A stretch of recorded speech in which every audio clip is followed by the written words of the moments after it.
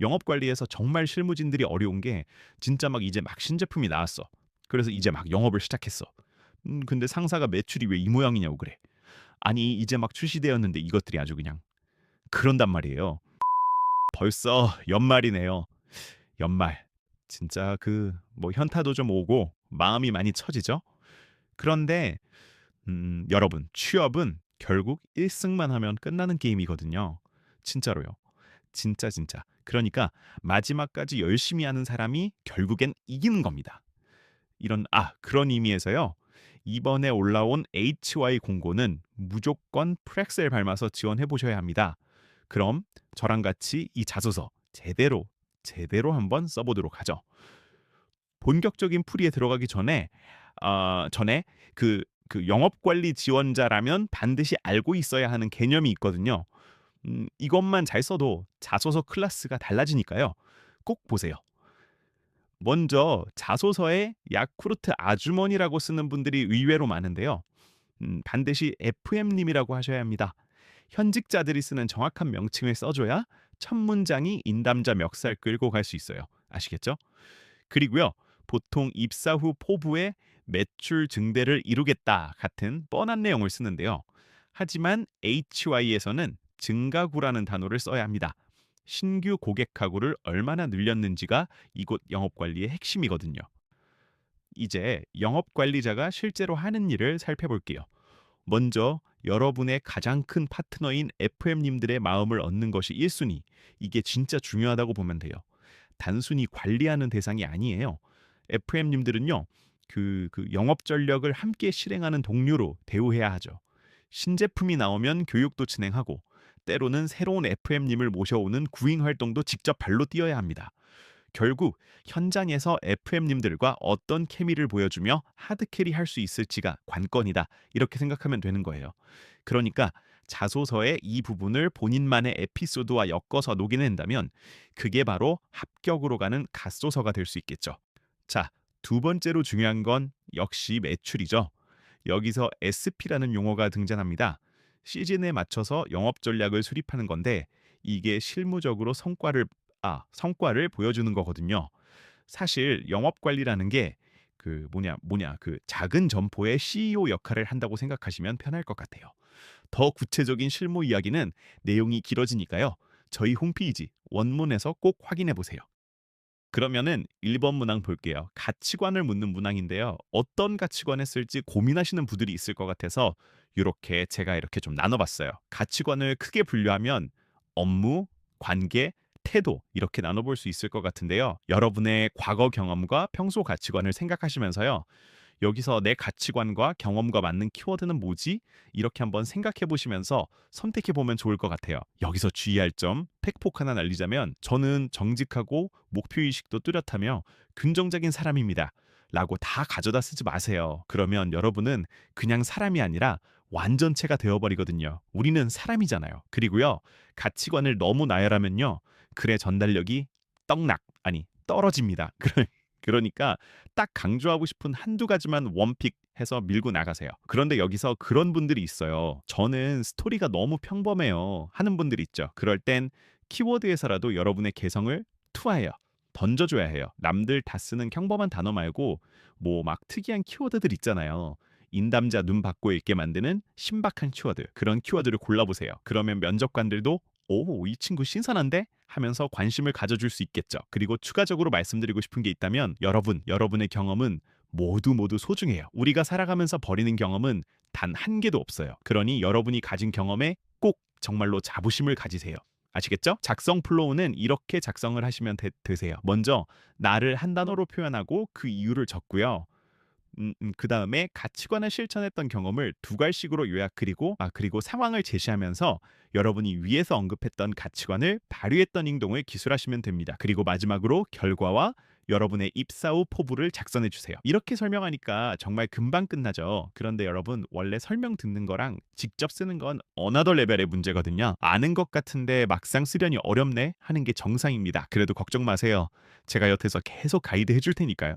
그래서 이렇게 이 예시를 한번 써봤는데요. 먼저 첫 문장부터 보면요. 자신을 뭐라고 표현했죠? 체험 삶의 현장이라고 표현을 했고 그 뒤에 이유를 간결하게 썼어요. 여기서 너무 길게 써버리면은 뒤에 경험을 구체적으로 못 적으니까 이유는 간단하게만 써주세요. 그리고 그 뒷문단에 뭐를 쓰면 되죠? 네, 그렇죠. 가치관을 실천했던 경험을 써야죠. 어이구, 어이구, 잘 따라옵니다. 따라오세요. 근데 그 경험을 적을 때 이 친구는 어떻게 썼죠? 가치관을 바탕으로 실행한 행동, 문제 해결을 썼죠. 그것도 어떻게 썼나요? 아주 디테일하게 나노 단위급으로 썼어요. 네, 이런 식으로 그 가치관을 어떻게 실현해 왔는지를 아주 구체적으로 이렇게 적어 주시면 됩니다. 그리고 이렇게 경험을 썼다면 이제는 라스트 포부를 적어 주시면 되겠죠. 이 포부는 당연히 직무에 맞춰서 직무 KPI에 맞춰서 적으시면 됩니다. 그런데 아까 제가 말씀드렸죠. 기억나시죠? 나는 스토리가 평범해서 키워드에서 뭔가 캐리해야 할 것 같다고 생각이 들면 특별한 키워드 적으시라고요. 그래서 이런 키워드를 한번 가져와 봤는데 한번 참고 보시면은 될 것 같습니다. 더 자세한 내용과 더 재미있는 키워드는 저희 원문 프리에 있으니 꼭 참고하시고요. 2번, 3번도 진짜 다 풀고 싶지만 그 문항도 풀면 너무 길어질 것 같아서 4번 문항으로 건너뛰었어요. 나머지 문항 풀이는 원문 풀이에 있으니 꼭 참고하시고요. 여러분이 가장 어려워하시는 4번 문항으로 볼게요. 2번 문항은 입사 후 겪게 될 가장 어려운 점과 그 극복 방안을 묻고 있어요. 이 질문 그냥 대충 열심히 버티겠다라고 쓰면 바로 광탈하니까 집중해서 들어보세요. 진짜 그렇게 쓰면 안 되니까요. 꼭 제대로 보고 적으셔야 합니다. 먼저 이 문항 어떤 의도로 물어봤을지를 생각해 봐야겠죠. 그런 말 있잖아요. 수능 출제자의 의도를 알면 된다. 자소서 문항도요, 마찬가지예요. 자소서 이 의도를 알면 정확하게 포인트를 잡아서 쓸 수 있으니까요. 그래서 설명을 드리면 먼저 직무에 대한 현실적인 이해도를 꾹꾹 담으셔야 하세요. 아주 꾹꾹.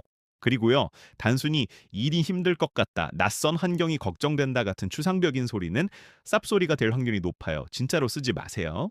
HY 영업관리라면 산업의 특성이나 직무의 특성을 반영해서 예를 들어 현장 FM님들과의 의견 조율이나 그 시장 변화에 따른 빠른 S&P 전략 수정처럼 구체적인 어려움을 언급해야 이 친구 진짜 우리 회사 일 제대로 알고 지원했네? 라는 소리가 나오겠죠. 둘째로 어려움을 말했으면 어떻게 뚫고 나갈지도 말해야겠죠. 여기서 선배님께 물어보겠다, 성실하게 임하겠다 같은 뻔한 대답은 극혐입니다. 진짜 이런 거 쓰지 마세요. 대신 강의에 나온 것처럼 데이터 분석, 현장 소통 스킬, 구체적인 학습 계획 등 여러분만의 구체적인 직무 방안을 기술해 주셔야 합니다. 그리고 세 번째, 어려움은 장애물이 아니라 레벨업의 과정이에요. 레벨업. 그래서 마지막으로 지속성과 회복 탄력성을 여러분들은 보여줘야겠죠. 이런 어려움이 와도 나는 멘탈 안 터지고 버틸 수 있다는 걸, 그런 걸 보여줘야 합니다. 그럼 어떤 어려움이 있을지를 한번 제가 12가지 정도로 생각해 봤는데요. 하지만 여기서는 4가지 예시 정도만 간략하게 보고 갈게요. 먼저 FM님들이 방문 판매하는 데 한계가 있습니다. 여기 예시로 쓰기도 했지만 이 물리적인 한계뿐 아니라 미출입처, 미개척지라는 데도 있어요. 모든 장소에 FM님들이 들어가서 영업할 수는 없잖아요. 그런데 이런 곳을 뚫면 상위 1% FM님들도 계세요. 그리고 이런 어려움뿐 아니라 하루에 소화할 수 있는 양이나 거리도 적다 보면 객단가도 낮고 영업 생산성이 떨어질 수 있겠죠. 그래서 여러분들은 영업 관리자로서 이런 점들을 관리하면서 보조해 주셔야 합니다. 아시겠죠? 여기에 쓴 어려움 극복 방안도 제가 간략하게 써두었는데 이 부분도 참고하시기 바라겠습니다. 두 번째, 디지털 가속화에 따른 격차도 심화되겠죠. 예를 들어서 프레딧 앱으로 유입된 젊은 고객들은 비대면을 선호하지만 5060 세대가 주축인 우리 매니저님들은 직접 만나서 정을 나누는 대면 영업에 훨씬 익숙하시거든요. 이 사이의 케미를 조절하는 게 여러분의 역할입니다. 비대면 선호 고객에게는 맞춤형 샘플과 손편지를 활용한 비대면 감성 터치 방식을 제안하는 등 디지털 시대에 맞는 새로운 영업 가이드를 드려야겠죠. 세 번째는 대체재 급증에 따른 세일즈 난관이에요. 본사에서는 신제품을 계속 쏟아내지만 현장에서는 기존 야쿠르트가 제일 편하다는 관성이 작용할 수 있거든요. 편의점이나 온라인 제품보다 우리 제품이 왜 더 신선하고 전문적인지 FM님들이 현장에서 바로 쓰실 수 있는 현장의 언어로 세일즈 툴킷을 만들어 드려야 합니다. 그래야 정체된 매출을 다시 올릴 수 있겠죠. 이번에는 생산 관리 버전을 가져왔는데요. 간략하게 볼게요. 여러분, 생각해보면 HY의 주력 제품인 발효유와 신선 간편식은 유통기한이 짧고 콜드체인 시스템이 필수잖아요. 그래서 적시 생산이 곧 생명이거든요. 그런데 현장에서는 기계 고장, 미생물 배양 문제, 원자재 입고 지연 같은 예측 불가능한 변수가 언제든 터질 수 있거든요. 그러면 당연히 시간 내에 목표 생산량을 맞춰야 하는 압박감도 있겠죠. 그래서 이런 점을 과거의 트러블 슈팅 매뉴얼을 완벽히 체화해서 반사적인 대응 속도를 높이겠다. 이런 식으로 기술을 해볼 수 있겠죠. 그리고요. 나머지 세 가지 관점도 원문 풀이에 자세히 적어두었으니 꼭 참고하시고요. 이제 작성 플로우를 설명하면서 여러분의 전두엽을 건드려 드릴게요. 먼저 첫 문장에 해당 직무에서 발생할 수 있는 어려움, 이걸 두 갈식으로 간단하게 적어주세요. 이 첫 문장에 정말 여러분 영혼을 실어서 작성을 해야 눈에 띄일 수 있어요. 그리고 두 번째는 그 이유를 실제 업무 상황으로 반영해서 어떠한 상황이 큰 난관, 어려움으로 다가온다. 이런 식으로 아주 구체적으로 이야기를 해주세요. 그리고 세 번째는 원인에 대한 본인의 생각을 적으시는데요. 여기서는 어려움을 장애물이 아닌 성장의 과정으로 인식하는 회복 탄력성을 보여주는 것이 중요합니다. 예상되는 어려움 속에서도 흔들리지 않을 멘탈과 긍정적인 태도를 확실히 어필하세요. 마지막 4번. 극복 대안과 포부 단계에서는 열심히 하겠다 하는 식의 잡설은 버리고요. 구체적인 실행 계획을 제시를 꼭 해주셔야 합니다. 직무에 대한 현실적 이해도를 기반으로 꼭 작성을 하셔야 합니다. 그럼 예시를 볼게요.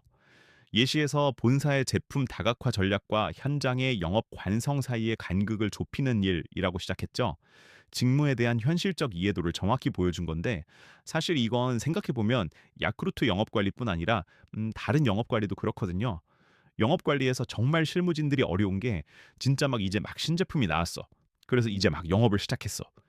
근데 상사가 매출이 왜 이 모양이냐고 그래. 아니 이제 막 출시되었는데 이것들이 아주 그냥 그런단 말이에요. 여러분, 이건요 모든 영업 관리자의 숙명이고 특히 신제품 막 출시되는 대기업들 있죠. 그런 곳 가면 더 힘들 수도 있어요. 아무튼 다시 넘어와서 상황을 아주 구체적으로 기술했죠.